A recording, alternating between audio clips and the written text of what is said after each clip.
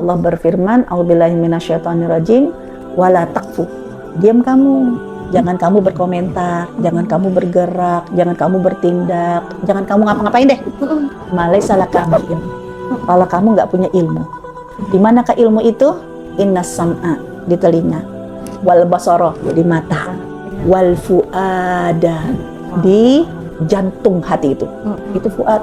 Jadi fuad itu tempatnya ilmu.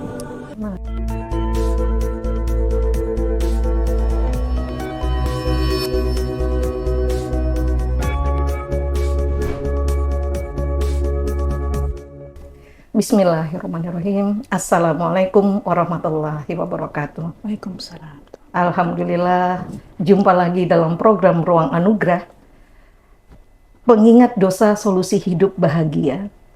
Bersama saya Fenty Aini akan menemani Mitra beberapa saat ke depan. Sebelumnya bagaimana Mitra keadaannya? Sehat ya? Insya Allah semuanya dalam keadaan terbaik yang Allah kasih. Semangat terus ya Mitra. Begitu juga kami di sini akan menyajikan yang terbaik bagi Mitra dan pemirsa GIC TV semua di sana. Baik Mitra, pemirsa TV sekalian, telah hadir gurunda kita, Ruang Anugerah, yang telah lama kangen banget ya disapa beliau ya, kangen banget pencerahan yang begitu meneduhkan. Sama ya kita Mitra ya. Apalagi ini momennya kita pas banget. Kita sapa dulu ya gurunda kita, Ustazah Dr. Haja Nur Hamidah, LC.MAG. Assalamualaikum. Waalaikumsalam warahmatullahi wabarakatuh. Sehat. Alhamdulillah Bu Fenty sehat. Alhamdulillah. Ya, sahabat GIC juga selalu diberi kesehatan walafiat. Insya Allah. Judul kita masih membarengi, masih dalam rangka momen Muharram nih, Ustazah. Ada konsep hijrah di situ. Tapi kita nggak mau hijrah yang biasa nih, Ustazah. Kita mau upgrading hijrah itu. Kita tahu hijrah itu secara teori itu gampang banget. Apalagi nih momennya Muharram. Resolusi apa ya? Kan gitu ya. Pengennya sih lebih baik. Selalu itu. Secara niat boleh ya Ustazah, kita selalu pengen lebih baik dari yang lalu-lalu. Tapi kita pasti mau banget upgrading hijrah yang bagaimana, yang membuat kita bisa istiqomah pastinya. Kemudian apa? Menempel ya Ustazah, terus setiap hari dengan perubahan yang memang kita sudah niatkan itu. Mau Ustazah tolong jelaskan ke kami, silakan. Ya. Bismillahirrahmanirrahim. Assalamualaikum warahmatullahi wabarakatuh. Waalaikumsalam warahmatullahi wabarakatuh. Keberkahan, kesuksesan, kelapangan, dan kelancaran selalu kami panjatkan untuk keluarga besar dan sahabat GIC dimanapun Anda berada. Amin. Amin ya Rabbal Alamin. Momen Muharram, betul, momen hijrah. Artinya itu satu ibadah yang memang sudah menjadi turunan dari Rasulullah SAW. Jadi ya kita kalau memang ittiba dengan Rasul, mengikuti keteladanan dengan Rasul, ya harus ikut-ikutan hijrah. Iya. Nah, dari tahun ke tahun, hijrah itu menjadi tren dalam hidup kita. Betul. Sampai ada komunitas-komunitas hijrah ya. Namun jangan sekedar sebuah tren, tapi dia memang harus menjadi karakter terlihat dalam perubahan diri kita. Dan ayat-ayat tentang hijrah, hadis-hadis tentang hijrah kan banyak sekali ya Bu Fenty dan sahabat semua. Yang perlu kita pahami sekarang adalah ayat-ayat tentang hijrah di dalam Al-Quran itu kan tidak bisa berbicara. Al-Quran tidak bisa bergerak, Al-Quran tidak bisa berjalan. Maka Al-Quran menyuruh dan mencari siapa relawan yang mau menggerakkannya, ya, yang mau menjalankannya, yang mau menegakkannya. Maka momen tiap tahun kita harus mengupgrade diri kita untuk, ya Allah, kami siap menjadi relawan Al-Quran. Nah, kita akan menjalankan Al-Quran, kita yang akan mendirikan Al-Quran, dan kita yang akan menegakkan Al-Quran. Nah, kalau kita sudah punya tekad seperti ini nih, nanti kita berharap Allah akan menjadikan kita sebagai keluarga Al-Quran. Ya. Dan kalau udah jadi keluarga Al-Quran, itu kan disebut keluarganya Allah. Allah. Ya Allah, Iya, benar. artinya Allah itu Rabbul Izzah yang begitu mulia, tempatnya ampunan dosa. Sedangkan kita doyan dosa, kan gitu kan? Tapi ketika Allah Subhanahu Wa Taala justru mencari siapa yang akan menjadi keluarganya Allah. Nah, disinilah kita akan siap menyatakan diri kita sebagai orang yang akan menjadi relawan keluarganya Allah, relawan Al-Quran untuk menggerakkan Al-Quran. Nah, hari ini salah satu dari ayat-ayat Al-Quran yang akan kita adopsi dalam hidup kita adalah tentang hijrah. Namun hijrahnya Rasulullah sudah menyebutkan la hijrata ba'dal fathi. Nggak ada lagi yang dimaksud hijrah itu adalah berpindah dari satu tempat ke tempat lain. Udah nggak ada. Artinya apapun yang terjadi, punya suami, punya istri model kayak apapun, ya jejaklah dengan suami dan istri. Nggak boleh akhirnya bismillah aku mau hijrah, bye-bye bang, wassalam bang. Kenapa? Karena dari dulu kamu kayak begini-begini. Kagak ada berubahnya ya bang? Nggak ada berubah-berubahnya. Udah deh, kalau gitu bismillah saya kepengen hijrah meninggalkan suami yang model begini. Oh tidak. Atau ya Allah ini kok punya lingkungan kayak begini amat sih. Oh iya ini kan momen hijrah. Dulu aja Rasulullah meninggalkan Mekah ke Madinah. Bismillah. Saya mau tinggalkan lingkungan yang toksik gitu kan. Ya karena saya kepingin hijrah. No. Nggak seperti itu lagi. Karena Rasulullah mengingatkan tidak ada lagi hijrah setelah Fatu Mekah. Dari satu tempat ke tempat lain. Yang adalah jihadun wa niyatun. Perjuangan. Untuk berubah harus ada perjuangan. Untuk menjadi pemaaf harus ada perjuangan. Untuk menjadi orang yang lebih baik harus jadi memerlukan perjuangan. Jihadun wa niyatun. Dan tekad yang kuat. Maka teman-teman, kalau kita kepingin hijrah kali ini nih, yang akan kita siapkan adalah Bismillahi Allahumma paksakan. Bismillahi Allahumma paksakan. Harus dipaksain. Maksain apa nih? Kan gitu kan? Nah, karena masing-masing nanti berbeda apa yang mau dipaksakan. Karena kalau kita ingin berubah orang lain yang memaksakan kita, bisa jadi diam lo capek. Ya, terserah dong. Mulut-mulut gue, gitu ya kan? Hati-hati gue, iman-iman gue, terserah dong. Ya, itu kalau orang lain yang memaksakan. Bisa jadi kita menganggap udahlah itu urusan masing-masing, lakum dinukum waliyadin. Jadi kalau memang kita kepingin menjadi relawan ayat Quran yang akan kita tegakkan, maka yang harus kita siapkan tadi jihadun, pengorbanan kita, perjuangan kita, wa niyatun, tekad kita ya dengan Bismillahi Allahumma paksakan. Yang pertama. Yang kedua, ya kita mau memaksakan diri kita menuju apa, kan gitu kan? Itu berarti sebelum kita mempersiapkan diri untuk berubah, kan kita harus tahu dulu dari ujung kepala sampai ujung kaki apa yang akan kita rubah. Saya melihat, maaf, bukan perubahan itu akhirnya dari ujung kepala sampai ujung kaki dengan style kita yang berubah, ya kan? Dengan style kita sudah berubah, berarti alhamdulillah kita sudah hijrah. Kita harus mengevaluasi dulu. Mana yang harus kita perbaiki, yaitu jangan lihat kesolihan seseorang dari pakaiannya. Orang mah kalau dia menutup aurat, ketika dia memakai hijab, ya semua orang juga akan melihat dengan hijab itu dia orang baik. Tapi lihatlah apa yang keluar, apa yang keluar dari karakter, ya kepribadiannya. Misalnya apa? Ketika dia sholat, jangan cuma lihat orang itu soleh ya, alim itu ketika dia sholat. Orang kalau lagi sholat alim semua. Pasti diam. Kalau orang yang lagi sholat aja nyakitin, waduh, itu udah PR besar. Maksudnya apa? Sholat itu nyakitin. Lagi sholat ngototin anak, ya kan? Ma boleh nggak? Gitu kan kadang, mah boleh nggak udah melotot-melotot. Nah, itu udah bukan kita itu, bukan sahabat Jaisi enggak. Ya, insya Allah ada di antara kita yang bisa jadi harus mengevaluasi dulu. Kalau lagi sholat, mungkin kita adalah orang yang alim. Karena lagi sholat kan kelihatan kesolihannya. Iya, betul. Tapi lihat, setelah sholat, Assalamualaikum warahmatullah, Assalamualaikum warahmatullah. Itu pada saat ke pasar, dia jadi pembeli yang nyebelin nggak? Allah. Udah tahu duitnya kurang, ngacak-ngacak dagangan orang. Gitu kan? Ya, itu berarti kan ada yang nggak beres dari karakternya. Dia cuman kelihatan soleh waktu sholat doang.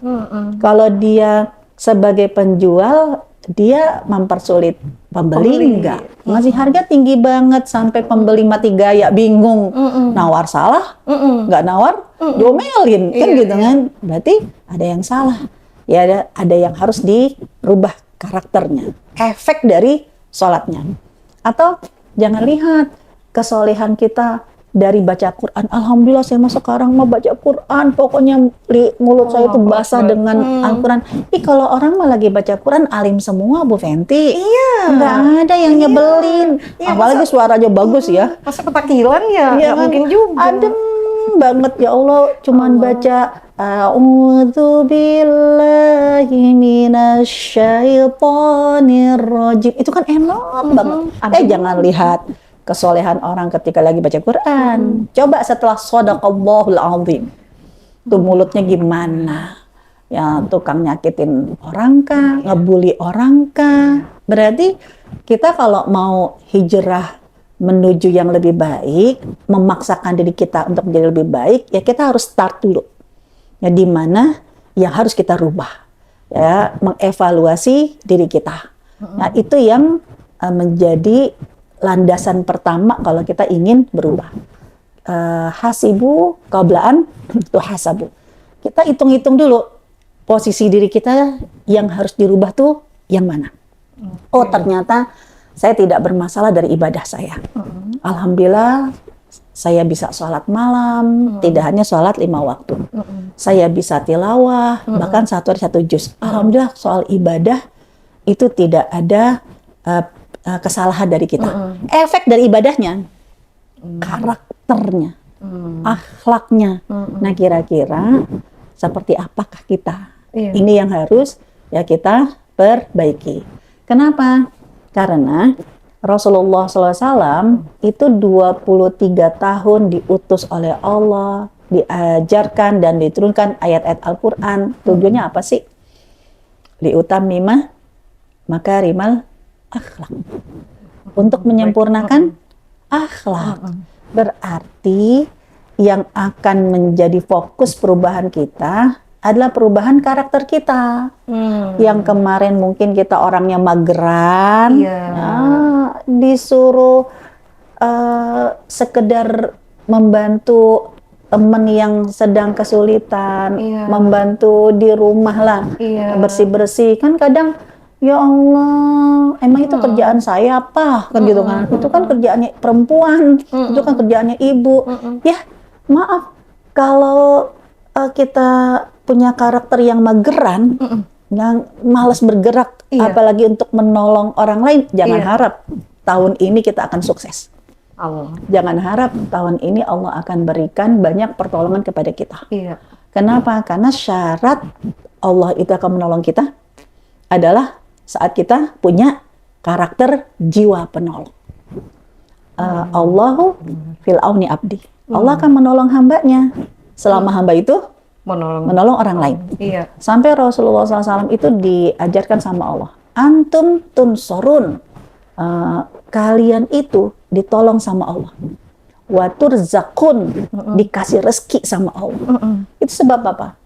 Sebab kalian menolong bidu'afaikum, orang-orang yang du'afa. Jadi, oh ya Allah, karena zaman sekarang nih Bu Fenty, ya Allah orang-orang itu egois. Jangan merasa aku yang harus diprioritaskan. Ya padahal kalau kita punya banyak impian, kita punya banyak harapan, kita punya cita-cita, jemputlah harapan itu, cita-cita itu dengan tahun ini saya akan memiliki solidaritas yang tinggi. Saya akan memiliki jiwa penolong, ya sensitif ya lebih untuk peka. menolong, Iya. ya, peka terhadap lingkungan. Mm-mm. Nah, itulah yang salah satu misalnya Yang tadinya prospek cuek ya.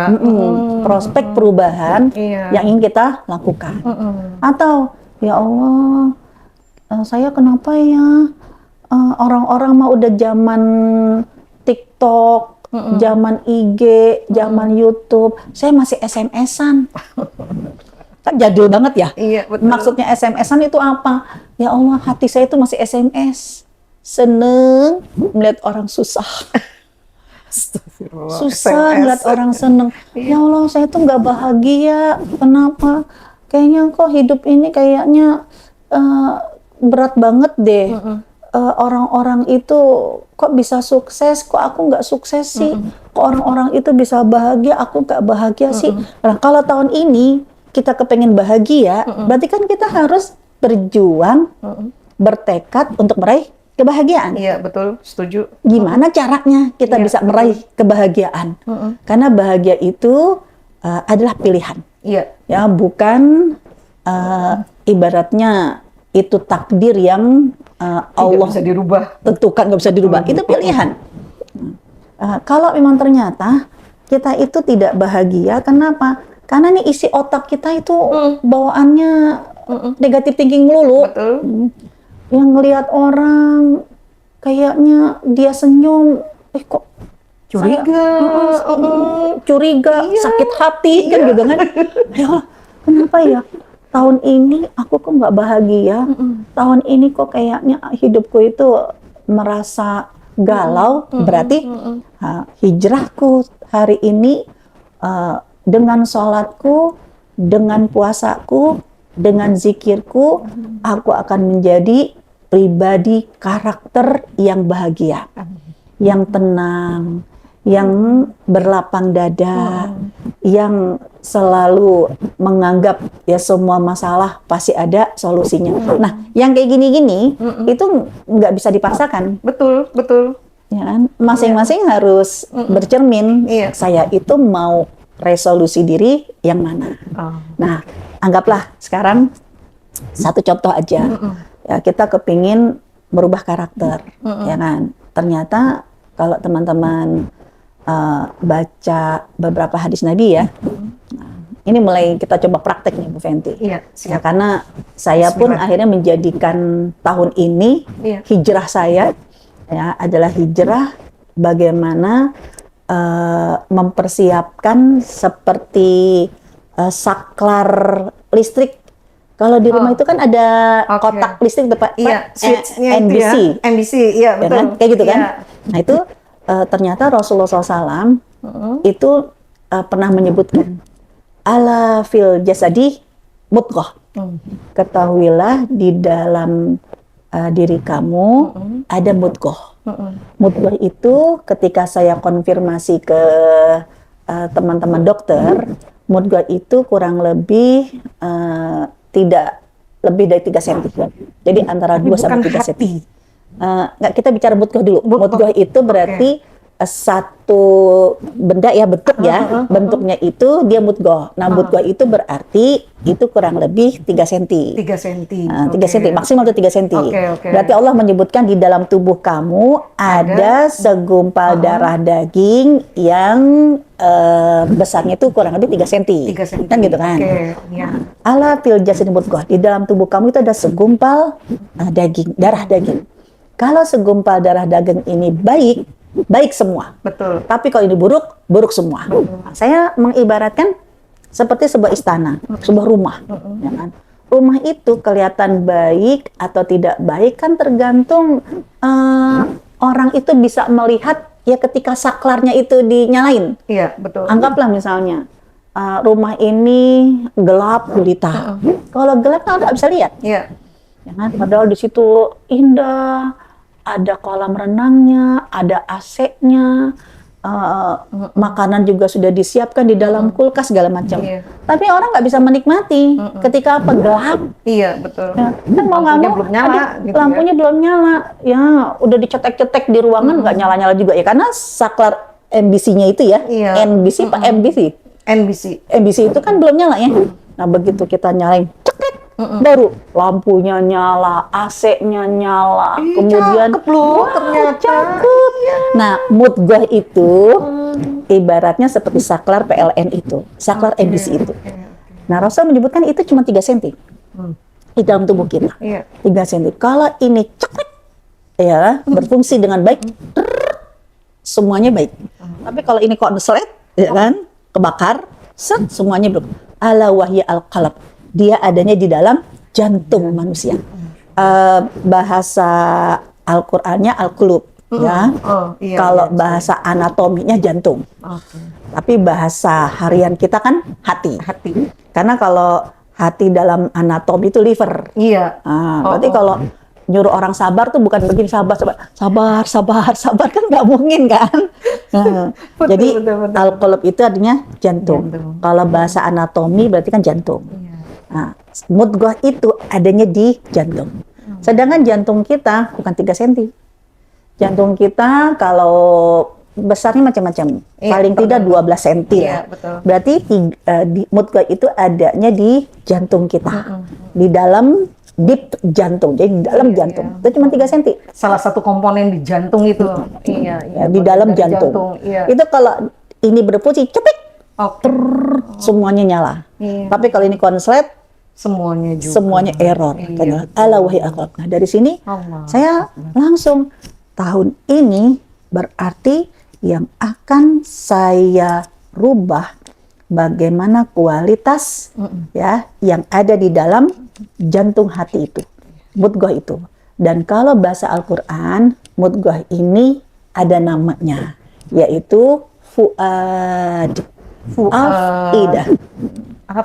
Ada yang beberapa ayat Quran misalnya disebut dengan fuad. Misalnya dalam surat Al-Isra, ya kan? Ketika Allah berfirman, "A'udzubillahi minasyaitonirrajim, wala taqfu." Diam kamu. Jangan kamu berkomentar, jangan kamu bergerak, jangan kamu bertindak, jangan kamu ngapa-ngapain deh. Malaisa laka bihi ilm. Kalau kamu nggak punya ilmu. Di manakah ilmu itu? Innas sam'a, di telinga, jendelanya. Wal basara, di mata. Wal fuada, di ya jantung hati itu. Di jantung yang paling dalam. Itu fuad. Jadi fuad itu tempatnya ilmu. Ilmu itu nggak sekedar di otak. Otak itu bisa jadi banyak orang yang pintar, ya kan? Tahu ini baik, ini buruk. Benar-benar. Jadi resep di sini ya, kita kan selalu bilang resep ke dada nunjuknya ya Ustazah. Pantesan banyak orang yang tahu ilmunya, tapi kok begitu sih? Oh, dia belum berfungsi fuadnya. Fuad itu tempatnya ilmu. Ada lagi dalam surat Al-Muluk kan, kalau waja'alakumus sam'a wal basara wal fuada, ya wal afidah, ya kan, qalilam ma tashkurun. Jadi tempatnya iman, ya syukur, sabar, itu di afidah. Fuad cuma 3 cm, jangan pantesan. Padahal dia udah tahu ayat Quran tentang syukur, udah hafal. Tapi kok dalam hari-hari kayak begitu sih? Kok karakternya pantulannya nggak dapet. Ternyata maaf, ilmu itu, iman itu bukan di otak. Dia kalau kepingin bergerak, menjalankan Al-Quran, menggerakkan Al-Quran, mendirikan Al-Quran, harus jelep nyampe di fuad. Kan gitu. Terus juga nanti fuad itu, Bu Fenty dan teman-teman JIC, itu tempat komunikasi antara kita dengan Allah. Pantesan Allah nggak membimbing kita, karena fuad kita itu ya gelap, nggak berfungsi, terkunci. Ini belum nyampe hidayahnya ya. Iya. Ya, itu dalam surat Asy-Syams kan, fa'alhamaha fujuraha wa taqwaha. Itu Allah berkomunikasi dengan kita, mana yang baik, mana yang buruk, itu dengan metode namanya ilham. Ilham itu ya bukan di mata, bukan di telinga, tapi ilham itu adanya di fuad. Waktu Allah memberikan ilham kepada ibunya Nabi Musa kan, ya kan, itu dengan fuada, ya kan, kepada fuadnya, hatinya ibunya Nabi Musa. Oh, ya Allah, pantesan kata Rasul begini. Kalau kamu kepingin tahu ini baik, ini buruk, ya kamu kan diminta untuk mintalah fatwa kepada hatimu. Hati gimana caranya bisa memberikan fatwa? Sementara, Maka nanti hati itu akan memberikan sinyal. Nah, jadi semua tergantung dari fuadnya. Maka kalau dari ayat-ayat ini saya langsung berpikir, kalau gitu prioritas untuk membuat ujung kepala sampai ujung kaki saya bergerak, berubah. Berarti itu saklar fuad dalam tubuh kita harus berfungsi. Iya, betul. Nah, menariknya nih Bu Fenty, kan kita harus ada pengorbanan, harus ada perjuangan. Betul. Berarti pertanyaan sekarang, sahabat JIC, kalau gitu gimana caranya saya bisa mengoptimalkan fuad ini, ya kan? Betul. Ya, kalau ini bercahaya, semuanya bercahaya. Betul. Kalau ini konslet, ya hitam semua. Lah, Masya Allah, la haula wala quwata illa billah. Benar, Al-Quran itu semakin kita pelajari, semakin dikolaborasi dengan ilmu-ilmu pengetahuan, ini semakin menunjukkan kebenaran Al-Quran. Jadi saya mencari literatur, mencari literatur dari ayat tadi tuh, ya kan, bahwa ternyata kalau kita kepingin memfungsikan fuad, itu harus dimulai dari telinga kita, fungsinya mendengar. Iya. Tapi suara siapa yang paling sering didengar oleh mulut kita, oleh telinga kita? Mulut kita sendiri, iya kan? Berarti kalau kepingin fuadnya ini berfungsi, Allah menyuruh kita inna sam'a. Apa yang kita dengar, berarti paling tidak mulut kita sering mengucapkan. Wal basara, apa yang kita lihat, itu kan tersimpan di otak bagian depan, ya, otak luhur. Itu harus berfungsi, jangan kayak blender. Kalau blender, nanas, paya, misalnya lemon di blender, jadi satu gelas. Campur semua itu, Ngeblend. sampahnya sama saripatinya. Iya. Pantesan nih otak kita jadinya apa? Mumet, ya kan? Kadang minum saripati, ya akhirnya apa? Ya Allah, kita bisa maafkan. Ketelannya, ampasnya, ya Allah, gedek saya, sebel saya kan.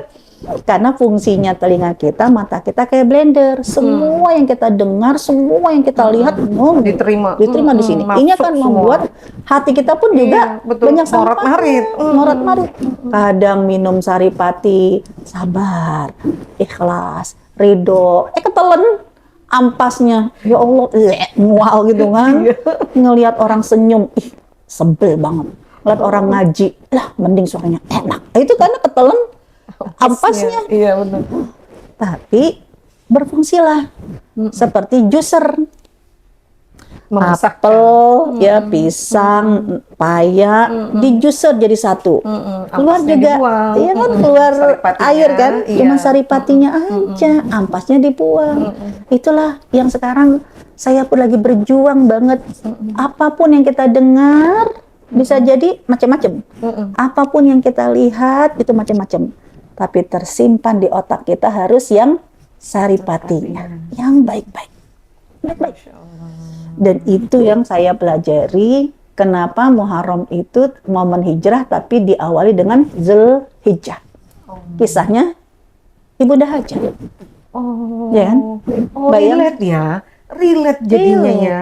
Masya Allah. Bayangin aja Bu Fenty, nggak akan berubah kalau kita tidak mempersiapkan diri seperti Ibunda Hajar. Iya, betul. Ibunda Hajar mengajarkan apa sih kepada Nabi Ismail? Iya, betul. 10 tahun lah anggapnya nggak pernah ketemu sama bapaknya. Betul. Tiba-tiba ketemu muka bapaknya, langsung bapaknya mau nyembelih.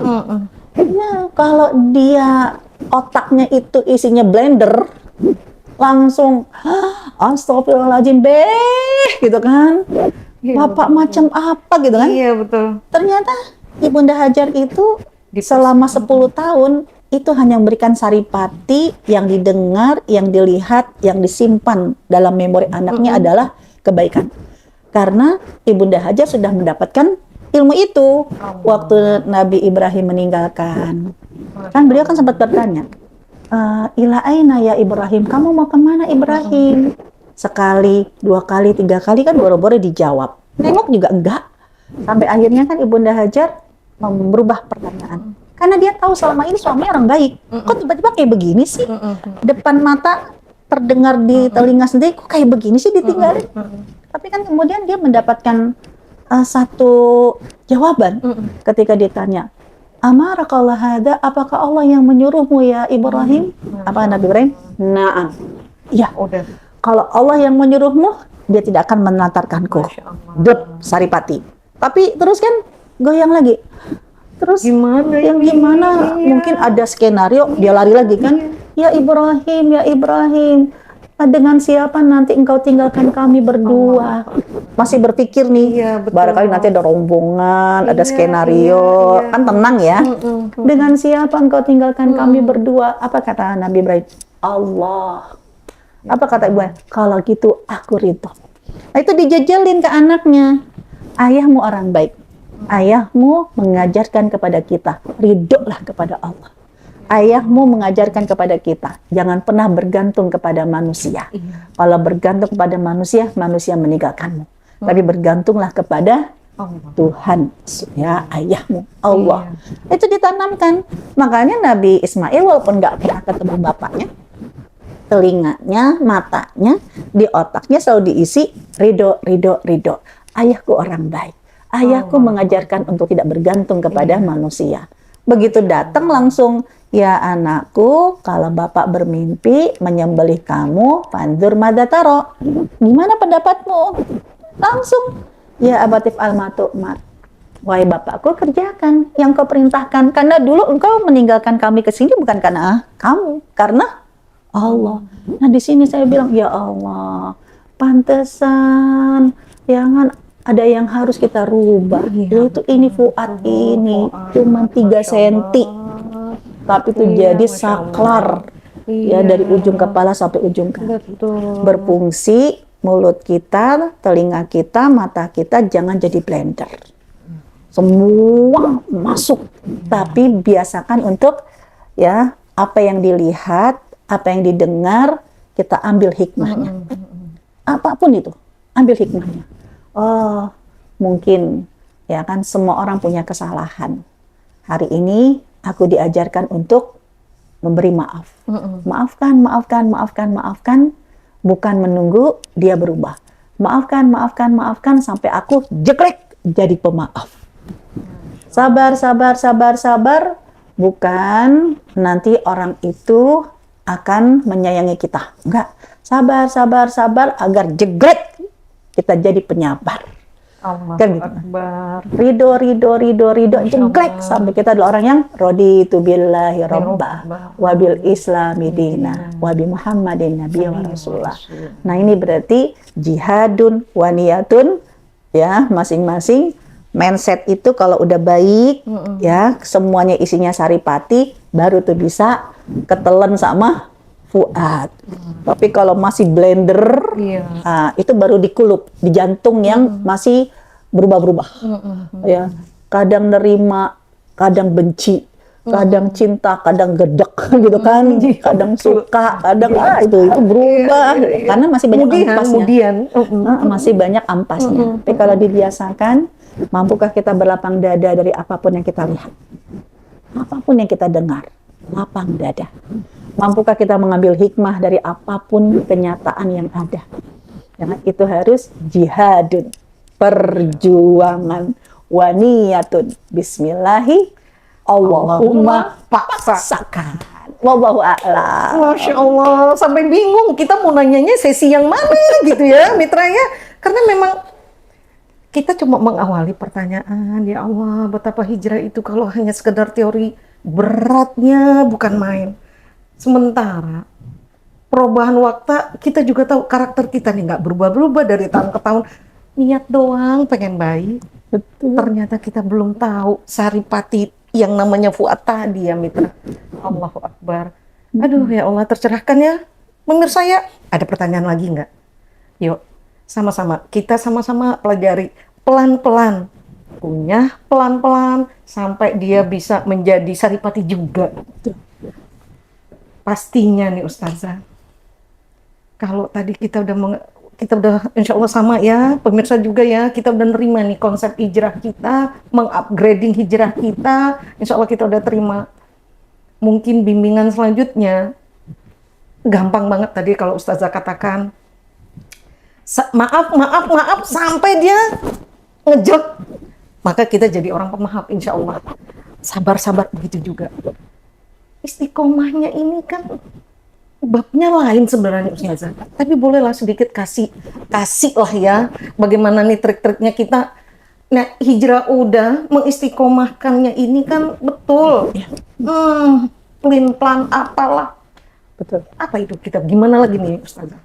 Berarti Supaya kalau hijrah ini kita nih, udah berfungsi, ya, yang penting ini udah berfungsi dulu. Betul. Kalau ini belum berfungsi, nanti apapun yang dilakukan nggak akan bereaksi, ya kan? Memfungsikan. Misalnya kayak dia zikir sama Allah, sholat. Ya, kalau ini fuadnya nggak berfungsi, bisa jadi nanti dia nyalain sholatnya. Jangan, ya aku udah sholat, aku udah doa, tapi kok kan gitu kan? Berarti sholatnya itu, zikirnya itu belum nyampe ke fuad.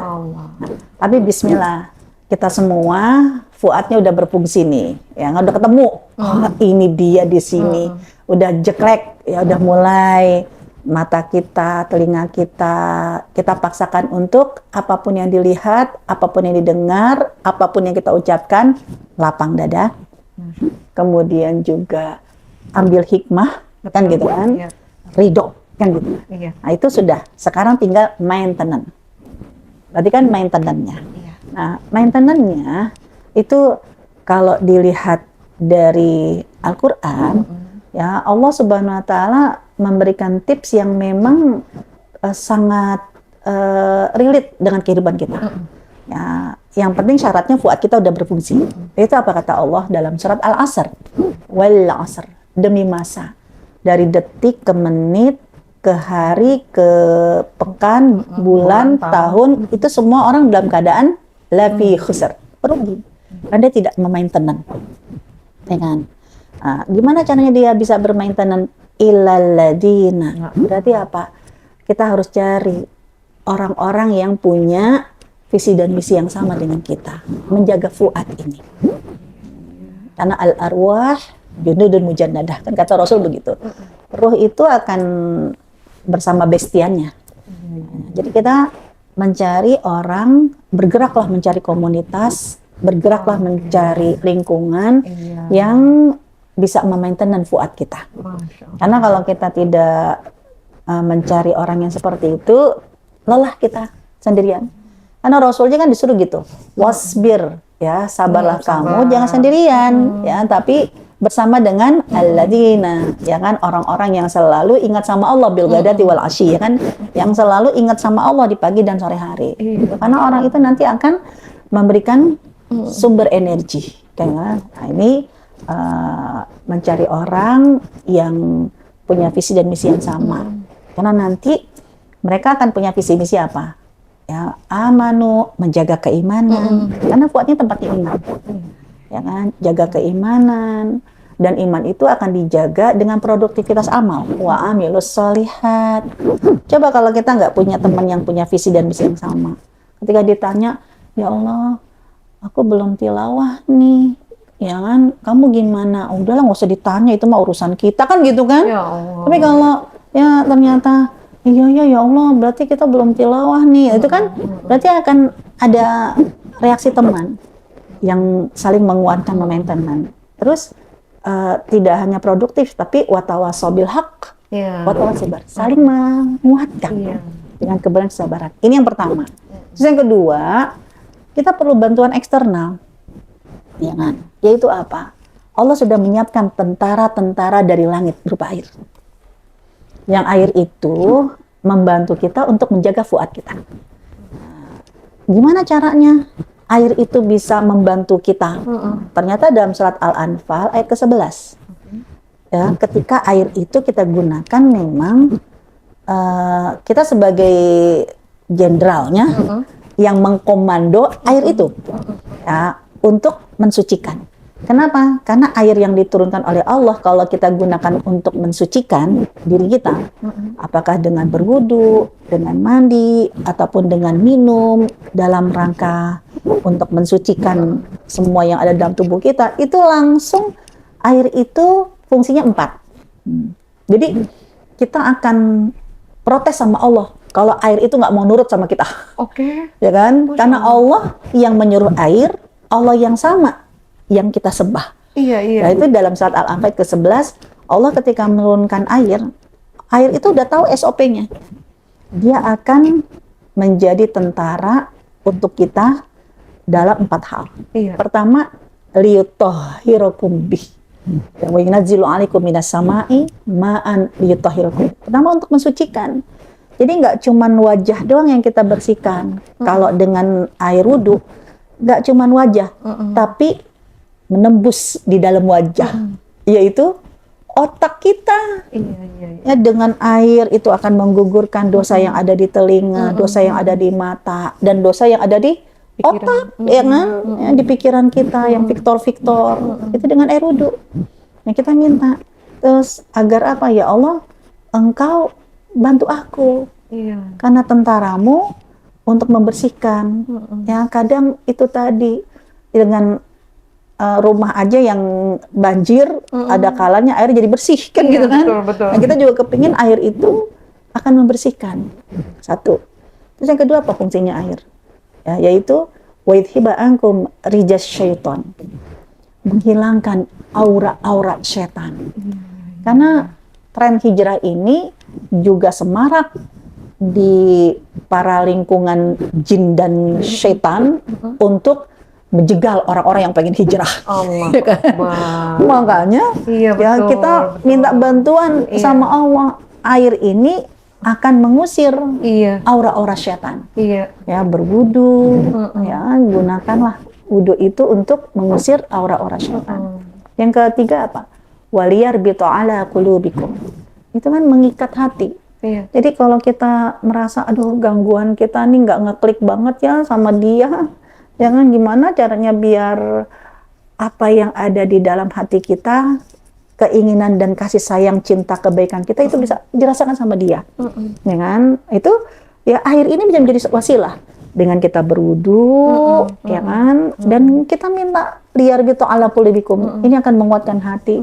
Ya dengan tangan yang sudah kita gunakan berwudu, kita cium tangan suami kita peluk anak kita. Itu tangan yang ada air wudunya. Masya Itu air itu akan jelek, ya kan? Allahu Akbar. Menaklukkan hati. Iya, iya. Yang ketiga, yang keempat kan wa yuthabbita bihil aqdam, membuat kita istiqomah.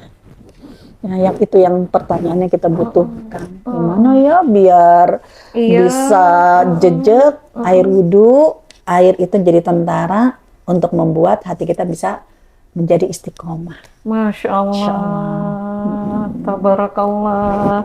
Aduh, gimana Mitra? Enak ya? Aduh, waktunya rasanya nggak pernah bakal Masya Allah. kelar gitu ya. Pengen ya, dari tadi kita sudah membahas upgrading hijrahnya bagaimana. Kemudian kita berusaha mempertahankan upgrading hijrah kita itu yang baik itu dipertahankan tuh bagaimana keistiqomahannya. Nah, ini yang terakhir. Yuk kita ambil kesimpulannya biar kita semua makin jejak. Ya, silakan. Ya, teman-teman sekalian, sahabat JIC dimanapun Anda berada, kita sudah jihadun. Insya Allah kita akan berjuang. Iya. Insya Allah kita akan ikhtiar. Iya. Insya Allah bismillah ya kita akan melakukannya. Jangan lupa di balik ikhtiar kita harus memohon kepada Allah. Agar apa? Agar Allah memudahkan kita. Diawali dengan Bismillahi Allahumma paksakan, diakhiri juga Bismillahi Allahumma paksakan. Allah. Ya, insya Allah Allah akan selalu bersama dengan kita. Amin, amin ya Allah. Amin, amin ya Rabbal Alamin. Ya Allah, Ustazah, rasanya belum puas. Insya Allah. Tapi kita tahu banget, insya Allah kita akan mencoba menggali lagi, kita akan mempelajari lebih dalam lagi bagaimana unsur-unsur kita untuk memperbaiki diri kita ke Ya depan. Rabb, ya Rabb, ya Rabb. Amin, amin ya Allah. Sekali lagi ya saudara, terima kasih atas semua pencerahan, hikmah yang diberikan. Pastinya ini pembelajaran yang paling baik bagaimana kita menemukan jati diri kita bersama Fuad kita ya. Mitra semua, mohon dimaafkan atas semua kekurangan. Kami pamit dulu. Assalamualaikum warahmatullahi wabarakatuh. Waalaikumsalam.